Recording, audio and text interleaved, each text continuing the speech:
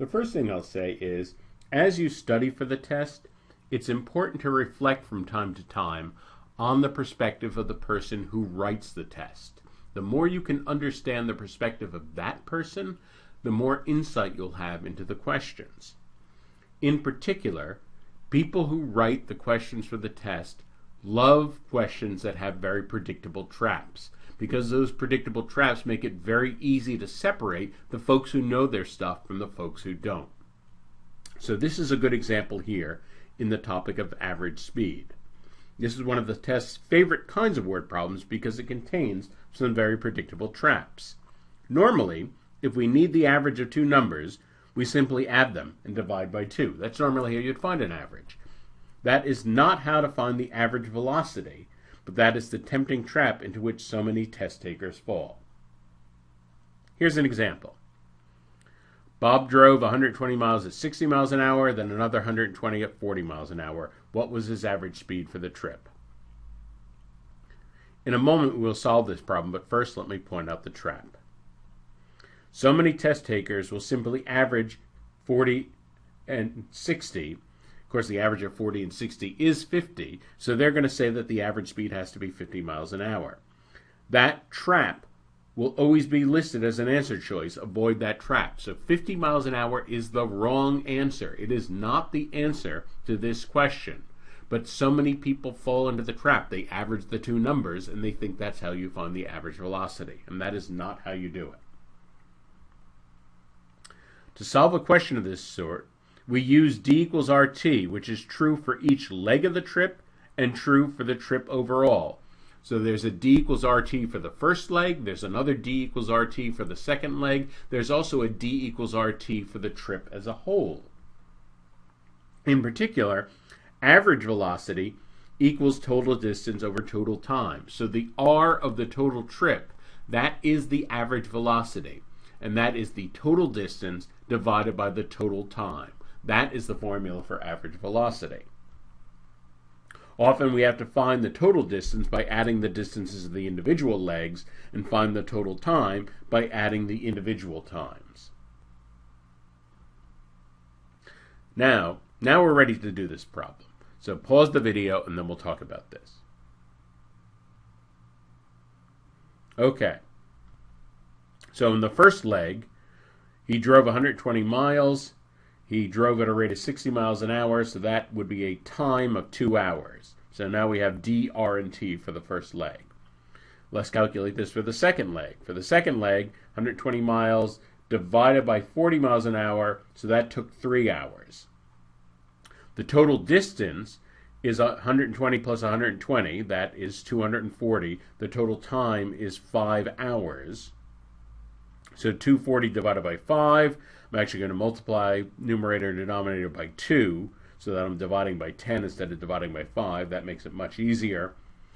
And this divides to 48 miles per hour. 48 miles per hour, not 50 miles an hour, is the correct answer.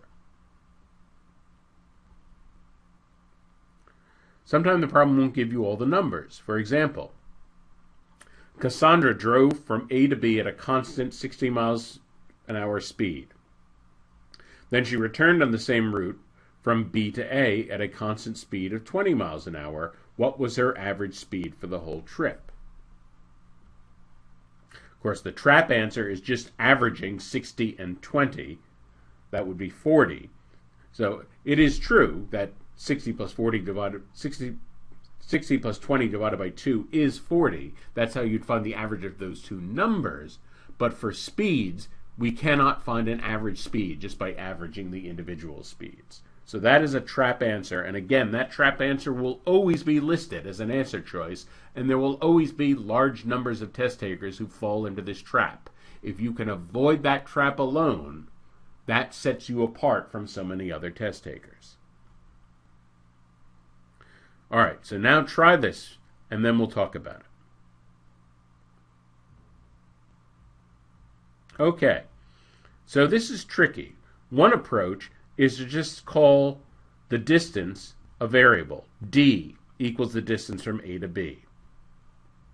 So the first leg, the time, would be d over r, that's d over 60.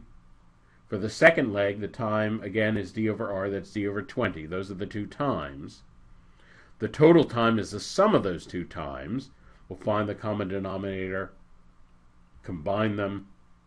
We can simplify a little bit. So the total time of the trip is d over 15. The total distance is 2d. So the average velocity is 2d over d divided by 15, which is 2d times the reciprocal of the fraction in the denominator, 15 over d. Notice the d's cancel, and this would always be true. If you pick a variable for the distance, it will always cancel. And what we get is 30 miles an hour, and that is the correct average speed. Now here's another approach, another perfectly valid approach. We could just pick a value for the distance. So let's say that the distance is something nice and round, like 60 miles an hour. Well, she travels at 60 miles an hour going there. She covers 60 miles in 1 hour. Coming back at 20 miles an hour, it will take her 3 hours to go 60 miles an hour. Well, that means the whole trip took 4 hours, and she covered 120 miles in 4 hours. That gives us an average of 30 miles an hour.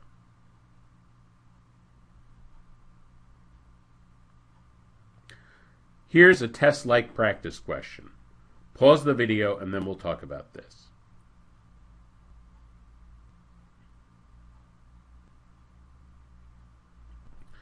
An airplane has a 3,600-mile trip.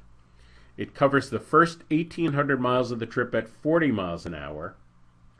Which of the following is closest to the constant speed the plane would have to follow in the last 1,800 miles so that the average speed of the whole trip is 450 miles per hour. So 450 miles per hour is the average of the whole trip. 400 is the speed in the first half. So, of course, what are people going to fall into a trap about? They're going to think, well, what two things do you have to average to get 450? Well, if you average 400 and 500, they would average to 450. Therefore, 500 must be the speed in the second half of the trip. So that is our suspected trap answer. Again, it's listed, we expect it to be listed, and we expect it not to be correct. So let's go about this.